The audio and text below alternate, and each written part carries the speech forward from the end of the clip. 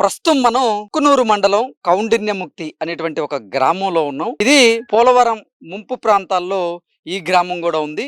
ఈ గ్రామంలో పోలవరం ముంపు ప్రాంతానికి సంబంధించినటువంటి ఇప్పుడు నిర్వాసితులకి నష్టపరిహారం ఇస్తున్నటువంటి నేపథ్యంలో ఆ నష్టపరిహారం అందిందా లేదా అనేది మనం తెలుసుకునే ప్రయత్నం చేద్దాం. పెద్దాయన మీ పేరేంటి? నా పేరు కృష్ణ అండి. కృష్ణ అండి. కృష్ణ గారు. మేడిపల్లి కృష్ణ అండి. ఓకే, కృష్ణ గారు ఏ ఊరు మీది? మాది కౌండిన్యముక్తి అండి. ఓకే, ఏంటి అంటే పోలవరం ముంపు ప్రాంతాల్లో ఈ ప్రాంతం కూడా ఉందా? పోలవరం ముంపు ప్రాంతాల కంటే ఎక్కువ గోదాట్లో ఉన్న ఊరే ఇదండి. అసలు పోలవరం కంటే ఎక్కువ మునిగిపోతుంది ఇది ఇప్పుడే. ఓకే పోలవరం వచ్చిన దాకా కూడా లేదండి. ఓకే ఓకే ఇప్పుడు గోదావరికే మేము ఏ గోదావరి వచ్చినా పోయి ఆడే ఉంటున్నాం సురక్షితమైన ప్రాంతాలల్లో. ఓకే. ఇప్పటికే మా మంచాలు అక్కడే ఉన్నాయి, దుప్పట్లు అక్కడే ఉన్నాయి. మళ్ళీ గోదావరి అయితే లేచిపోవాలని అయితే మాకు కూడా ఒక సంవత్సరం 3,000 ఇచ్చారు.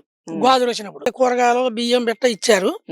ఇక అన్ని ఆడే ఉంచినాం, ఏడే వస్తాను. మమ్మల్ని కత్త పావుల బ్యాడ్ ఇచ్చి లేపేస్తే ఇట్లా మేము వాళ్ళు లేపాల్సిన పనిలే, మాకు పావుల బ్యాడ్ అయితే మేమే లేచిపోదామని చూస్తున్నాం. కానీ మమ్మల్ని ఇప్పుడు పోలవరం నిర్వాసితుల కోసం చంద్రబాబు గారు R&R ప్యాకేజ్ కింద నష్టపరిహారం అందజేస్తూ ఉన్నారు. ఎలా ఉంది? బాగుందండి. అయ్యే కావాలి మాకు. ఆ నష్టపరిహారం మాకు ఇస్తే, మా ఇళ్ళ ప్యాకేజ్ ఇస్తే చాలు, మేము వెళ్ళిపోతాం. ఆల్రెడీ చాలా మందికి కూడా నష్టపరిహారం అందింది కదా. అందిందండి. దామరశాలు ఇచ్చారు, చీరవెల్లి ఇచ్చారు, కుక్కునూరు ఇచ్చారు. అంటే 2017లో మీకు భూముల కోసం నష్టపరిహారం ఇచ్చింది చంద్రబాబు గారు. ఇప్పుడు మళ్ళీ 2025లో ఆయన అధికారంలోకి వచ్చిన తర్వాత మీకు ఇప్పుడు నష్టపరిహారంగా R&R ప్యాకేజ్ ఇచ్చింది కూడా చంద్రబాబు గారే. ఎలా అనిపిస్తుంది అసలు? మాకు చాలా బాగుందండి. మళ్ళీ చంద్రబాబు గారు వచ్చారు, మాకు సంతోషంగా ఉంది. ఈ నష్టపరిహారం ఇచ్చి మమ్మల్ని ఆదుకుంటారని మేము వేడుకుంటున్నాం. మరి మమ్మల్ని మాత్రం కాపాడేటానికి అవకాశంగా తెలుగుదేశం ప్రభుత్వమే మాకు అండదండగా ఉంటుందని. నేను మొట్టమొదటి నుంచి కూడా నేను ఎన్టీ రామారావు గారు కలిసి కూడా వాలంటీర్గా పని చేసుకుంటూ వచ్చానండి. ఈ మధ్యన హెల్త్ బాగలేక నా కొడుకుని, నా పనిలో నా కొడుకుని పెట్టేసి నేను పక్కకు ఉండండి. మీకు 2019 సమయంలో ఎన్నికల ప్రచారానికి వచ్చిన జగన్మోహన్ రెడ్డి గారు ఇక్కడ పోలవరం నిర్వాసితులు ఎవరైతే ఉన్నారో వారికి గత ప్రభుత్వం కేటాయించిన దానికంటే కూడా నేను కొంత డబ్బును కలిపి మొత్తం R&R ప్యాకేజీ 10 లక్షల పైన ఇస్తా అన్నాడు. ఇచ్చాడా మరి? లేదండి, అసలు ఆ మాట చెప్పలేదు. ఆడాడు చెప్పిండో కానీ ఆయన అసలు నా రూపకాలకే కంటి కనపడేవాడు కాదు. మంత్రులు కూడా కంటి కనపడేవాళ్ళు గారు. నేను సచివాలయానికి పోతేనే నాకు ఏది రైతు బంధు పథకమే మాలాంటి వాళ్ళకి లేదని చెప్పారు.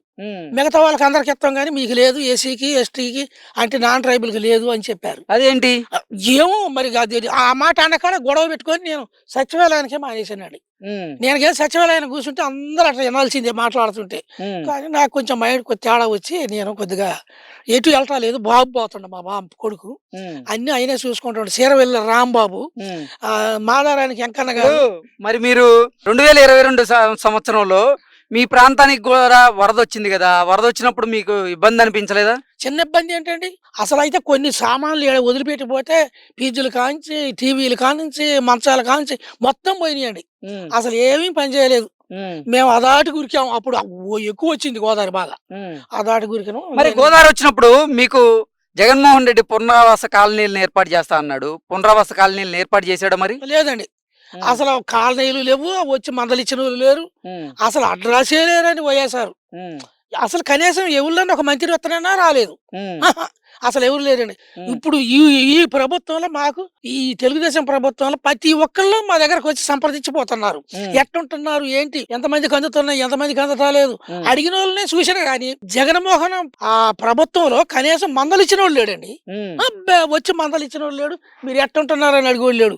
ఎవరన్నా వచ్చినా కానీ ఏదైనా కలెక్టర్ గట్ట వస్తే జాయింట్ కలెక్టర్ ఏం సార్ ఏంటండి ఇది ఇదంటే, మేమేం చేసామయ్యా, అసలు నుంచి జారీలు లేవు, మేమేం చేసాం, ఆ జారీలు అయ్యేదాకా మీరు ఓపిక పట్టుండి అనుకుంటా పోవటమే తప్ప. జగన్మోహన్ రెడ్డి ముఖ్యమంత్రిగా ఉన్న సమయంలో ఆ 5 సంవత్సరాలు అయితే మీ స్థాయి ఆయన చూసింది కూడా లేదండి. అసలు కనీసం మాతో మాట్లాడింది లేదు, సంప్రదించింది లేదు. గ్రామాలు వచ్చి అసలు ఆయన వద్దు అనుకోండి, మంత్రులను రావాలి కదా, ఎవరన్నా ఒకళ్ళు వచ్చి చూసిపోవాలి కదా, ఆ పాపాన పోలేదు. ఇప్పుడు తెలుగుదేశం ప్రభుత్వం ఏర్పడిన తర్వాత తెలుగుదేశం ప్రభుత్వం నుంచి నాయకులు గాని అలాగే ప్రభుత్వం నుంచి అధికారులు గాని ఎవరన్నా వస్తున్నారు ఇక్కడికి? బంగారం లాగా వస్తున్నారండి.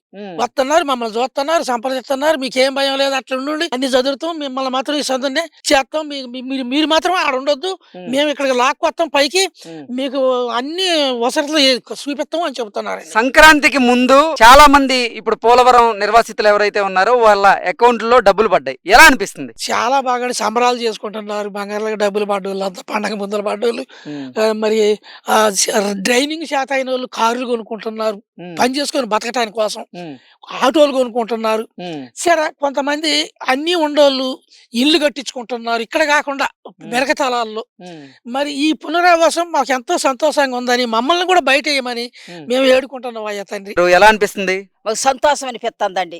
మాకు ఆనందంగా ఉంది. ఓకే, గతంలో 2017లో కూడా ఆయన భూములకు సంబంధించి నష్టపరిహారం అందజేశారు, మీకు అందిందా? అందిందండి. ఎంత అందిందమ్మా? భూములకి ఇచ్చిన 10,80,000 ఇచ్చారు. అందరికి ఇచ్చారు. అంటే జగన్మోహన్ రెడ్డి నేను గనక అధికారంలోకి వస్తే గతంలో ప్రభుత్వం కేటాయించిన దానికంటే కూడా నేను మీకు కొంత కలిపి 10 లక్షలకు పైన ఇస్తాను R&R ప్యాకేజ్ అన్నాడు, ఇచ్చారా? అస్సలు ఇయ్యలేదండి. అస్సలు మమ్మల్ని పట్టించుకోలేదు, మా ఊరు పట్టించుకోలేదండి. మరి వరదలు వచ్చినాయి కదా, వరదలు వచ్చినప్పుడు కూడా ఏం చేయలేదా మీకు? ఏమి చేయలేదు, ఏమీ చేయలేదు. చంద్రబాబు గారు పట్టించుకున్నారు.